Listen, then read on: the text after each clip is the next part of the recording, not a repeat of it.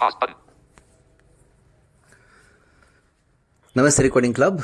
मैं आरसी संदीप हाजिर हूँ आज the story of recording club part 281 लेकर के, और लगातार 26वें दिन। सचमुच मेरे लिए अपने आप में बड़ा आश्चर्य का विषय तो है ही, और संभवतः ये अप्रैल का महीना जिस तरह विश्व इतिहास में तकनीक की दृष्टि से बड़ा महत्वपूर्ण है, पहले यूट्यूब और सबके बारे में आप लोगों ने सुना, और कल कलर टीवी के बारे में भी सुना। इसी प्रकार शायद ये अप्रैल का महीना वो पहला महीना ऐसा हो जाएगा जब रिकॉर्डिंग क्लब यूट्यूब चैनल पर सबसे ज़्यादा वीडियो अपलोड होने जा रहे हैं। तो आज 26 अप्रैल 2024 और शुक्रवार तो है ही। शुक्रवार के दिन ही ये कहानी शुरू हुई थी। ये बार बार याद दिलाना पड़ता है आप सबको। बाकी जितने लोग सुन रहे हैं उन सब का बहुत बहुत धन्यवाद। और अभी पिछले 2 एपिसोड पर भाई राकेश लोहार जी की प्रतिक्रिया मिली। धन्यवाद राकेश जी। और जो लोग आगे भी प्रतिक्रियाएं देंगे उन सब का भी बेहद शुक्रिया। तो भाई बात चल रही थी लॉकडाउन की, कोरोना काल की। और कभी कभी ऊपर वाला हमसे वो काम करवाता है दोस्तों, जो हम सोचते रह जाते हैं कि यार ये आखिरकार क्यों ऐसा हम कर रहे हैं। मैं खुद जब विद्यार्थी था मुझे ब्रेल बुक्स से पढ़ना बेहद पसंद था, बल्कि मैं मतलब इतना पक्षधर था कि अगर मेरा बस चलता तो मैं रिकॉर्डिंग को ही बंद करवा देता। लेकिन आप देखिए बाद में नियति का खेल, उसी रिकॉर्डिंग के काम से मुझे जुड़ना पड़ा, या मैं जुड़ गया। और उसके बाद जो कुछ है वो तो आप सबके सामने ही है। और ये रिकॉर्डिंग का काम ऐसा काम था जिसका शायद सबसे ज़्यादा लाभ कोरोना काल में ही मिलने वाला था। और इसी कोरोना काल में आप सबको याद हो तो लोगों को न्यूज़पेपर्स तक मिलना बंद हो गए थे। आप बाकी सब तो छोड़िए। और हमारे जैसे साथियों के साथ तो और समस्याएं रहती हैं वैसे भी, क्योंकि एक तो उसमें हर चीज़ को छूना मना था, कहीं जाना मना था।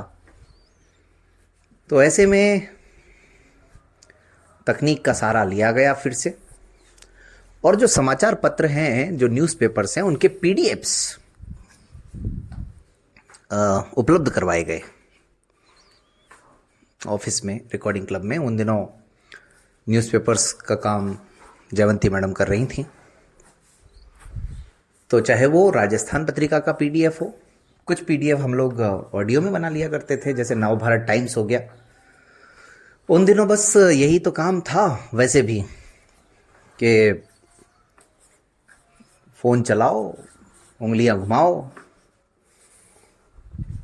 और बाकी फिर वही ऑल इज़ वेल। तो और कुछ तो था नहीं।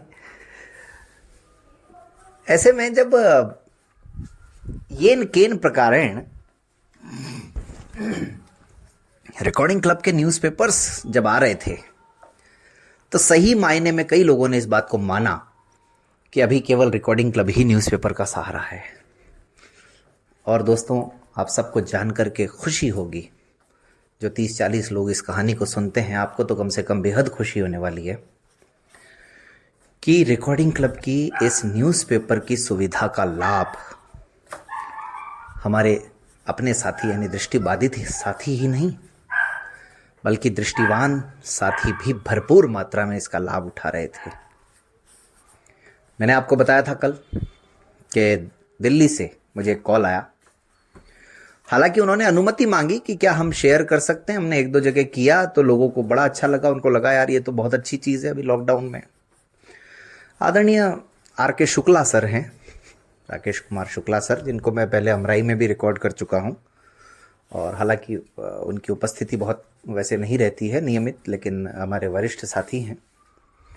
उदयपुर कन्वेंशन में भी हमारे साथ जुड़े थे।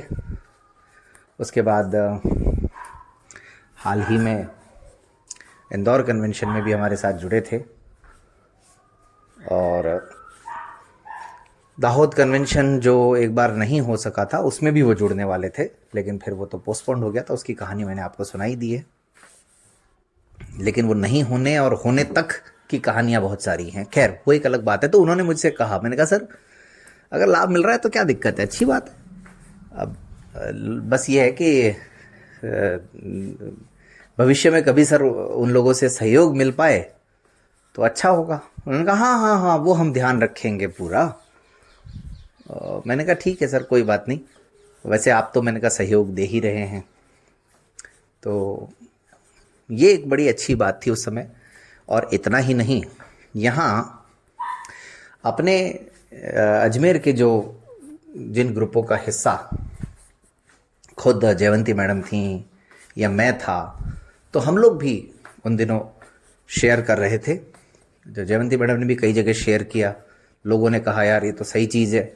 हालांकि कभी किसी ने गहराई में जाकर के इस चीज़ को समझने की कोशिश नहीं की कि ये क्यों किया जा रहा है।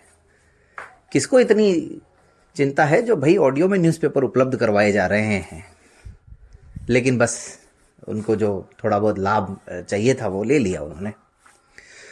बल्कि ये सुविधा तो आज इतनी अच्छी सुविधा है कि न्यूज़पेपर सुनने वाले जो लोग हैं, मतलब पढ़ने वाले जो लोग हैं, अगर कई बार उम्र होने के बाद आंखों की दृष्टि में फ़र्क आना शुरू हो जाता है, चश्मा लगाना पड़ता है, बहुत देर तक आप पढ़ नहीं पाते हैं, तो ऐसे में न्यूज़पेपर सुन करके काफ़ी कुछ अपना काम चला सकते हैं। लेकिन अब बात वही है कि हम उन लोगों तक पहुंच नहीं पा रहे हैं। कोरोना में बिना पहुंचे पहुंच गए, और अब पहुंचना चाहते हैं तो नहीं पहुंच पा रहे हैं।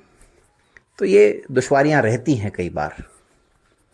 तो उन दिनों चाहे वो बुक्स की रिकॉर्डिंग हो, क्योंकि बुक्स तो पहले से आ जाती हैं, और सही मायने में लोगों को चीज़ें व्हाट्सएप पर भेजना, टेलीग्राम पर भेजना, बुक्स भेजना, उसका सबसे ज़्यादा लाभ जो है वो इसी कोरोना काल में हुआ। और अभी आप सोच रहे होंगे कि भाई मैं अपने गांव फंस गया हूं। तो आपको मैंने कल भी कहा था कि आप सोच रहे होंगे फिर हमारे रिकॉर्डिंग क्लब ऑफिस का क्या हुआ। तो आपको जान करके खुशी होगी, जितने कार्यालयों को आप लोग जानते हैं, मुझे नहीं लगता कि उनमें से कोई भी ऐसा कार्यालय होगा जो लॉकडाउन में भी खुला रहा होगा। लेकिन आप सबको बताते हुए मुझे अच्छा लग रहा है, और आप सबको जानकर के भी खुशी होगी कि रिकॉर्डिंग क्लब एक ऐसा संगठन रहा जिसका कार्यालय, जिसका ऑफिस लॉकडाउन में भी बंद नहीं रहा। कल मैंने आपसे कहा था ना कि शायद कुछ दिन के लिए रहा था, लेकिन नहीं। अब मैं इस बात को पूरी जिम्मेदारी के साथ कह सकता हूं कि रिकॉर्डिंग क्लब का जो ऑफिस है वो लॉकडाउन में भी बंद नहीं रहा। और इसका सीधा सा कारण वही बात है, जहां चाह वहां राह। आप लोग पहले सुन चुके हैं ना इस कहानी में कि मेरे एग्जाम के दौरान चाहे वो एसपी के बंगले में खूंखार कुत्तों के बीच में बैठ करके भी रिकॉर्डिंग करनी पड़ी हो, तो इस समूह के समर्पित कार्यकर्ताओं ने वो काम भी किया है। उसके बाद में चाहे बाथरूम में जगह मिली तो बाथरूम, चाहे छत पे जगह मिली तो छत पे, चाहे ट्रेन में, जहां कहीं जगह मिली, उद्देश्य वही था, न्यूनतम संसाधन अधिकतम कार्य। ऐसे में रिकॉर्डिंग क्लब का ये ऑफिस भी जयवंती मैडम के घर के आसपास था। कविता बनर्जी भी उन दिनों रिकॉर्डिंग कर रही थी अगेन, तो उनको बुक्स जो है वो घर पर उपलब्ध करवा दी गई। और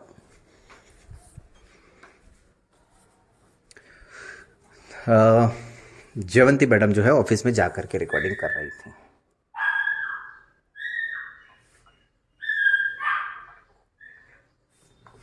तो बताइए, मतलब ये है कि नहीं कमाल की बात, अच्छी बात है या नहीं है कि ऐसे में जब सब कुछ बंद बंद बंद हो रहा था, मगर एक संस्था ऐसी थी जो खुली हुई थी। हालांकि उस संस्था का खुला रहना भी इतना आसान नहीं था, मैंने कह तो दिया आपको फ्लो में। लेकिन आप सोचिए कि कौन सा मोहल्ला ऐसा बचा हुआ था जहां लोग क्वारंटाइन नहीं किए जा रहे थे, जहां कोरोना के केस नहीं मिल रहे थे, जहां पर पुलिस वाले नहीं आ रहे थे। तो भला जहां ऑफिस था वो मोहल्ला कैसे बचा रह सकता था? नहीं रह सकता था ना। तो ऐसे में सोचिए कि वाकई में आप जो काम कर रहे हैं, जहां आपका ऑफिस है, वो सही में कुछ है या नहीं है। ऐसे ही आप कहीं मतलब ऑफिस की आड़ में फायदा तो नहीं उठा रहे। इस बात की पुष्टि करने के लिए खुद पुलिस वाला अगर आपके ऑफिस तक आ जाए, ये कंफर्म करने के लिए, तो ऐसे में दिल की धड़कनें तो एक बार को बढ़ना लाजमी है कि नहीं है? लेकिन ये सब कैसे हुआ? आप बस इंतज़ार कीजिए 24 घंटे का। अगली कहानी में ये भी बताऊंगा कि भाई साहब ये लॉकडाउन में ऑफिस खोल ले रखना इतना आसान नहीं था। वो रख लिया, वो एक अलग बात है, लेकिन पुलिस खुद ये पुष्टि करने आई। क्यों आई, कैसे आई, और लॉकडाउन में क्या क्या ऐसी नायाब चीज़ें हुई। अभी देखिए, मैं अपने घर पर मज़े कर रहा हूँ, मतलब उन दिनों की बात कर रहा हूँ। गांव में पहुँच गया हूँ, अजमेर जाने का कोई साधन नज़र नहीं आ रहा है, तो वो कहानी फ़िलहाल अभी अपन ने छोड़ दी है, क्योंकि वहाँ भी तो बहुत सारी तैयारियाँ चल रही थी। मसलन एक उदाहरण देता हूँ छोटा सा। कल 25 अप्रैल थी, और अगर आप लोगों को याद हो तो 25 अप्रैल 2020 को पहली बार रिकॉर्डिंग क्लब और रेडियो मधुबन ने एक साथ मिल करके एक संगीत प्रतियोगिता का आयोजन किया था, एकता की आवाज़। और मैं ये तो नहीं कहूँगा कि पहला संगठन, लेकिन रिकॉर्डिंग क्लब उन कुछ चुनिंदा शुरुआती संगठनों में से था जिन्होंने ऑनलाइन संगीत प्रतियोगिता तक का बीड़ा उठा लिया था लॉकडाउन लगने के बाद। क्योंकि लोग तो अभी उस समय तो सोच ही नहीं पा रहे थे ना, पहली बात तो, कि करना दरअसल क्या है। और यहाँ पर रिकॉर्डिंग क्लब में सोचना कभी बंद नहीं होता है। करना बेशक कभी मजबूरियां आ जाएं, लेकिन सोचने का काम तो निरंतर जारी रहता है। तो ये 25 अप्रैल ही वो दिन था। तो इतिहास की बात चल रही है, बता देते हैं आपको। आज 26 अप्रैल के दिन भारत का 22वां राज्य अस्तित्व में आया था, 26 अप्रैल 1975 को। वही बात जो मैं कहता हूं कि जो पढ़ने वाले बच्चे हैं उनको तो याद आ गया होगा कि कौन सा राज्य था। मैं बता देता हूं, सिक्किम ऐसा 22वां राज्य बना था भारत का, जो अस्तित्व में आया था। 26 अप्रैल 1754 को रूस की पहली यूनिवर्सिटी अस्तित्व में आई थी, मॉस्को में।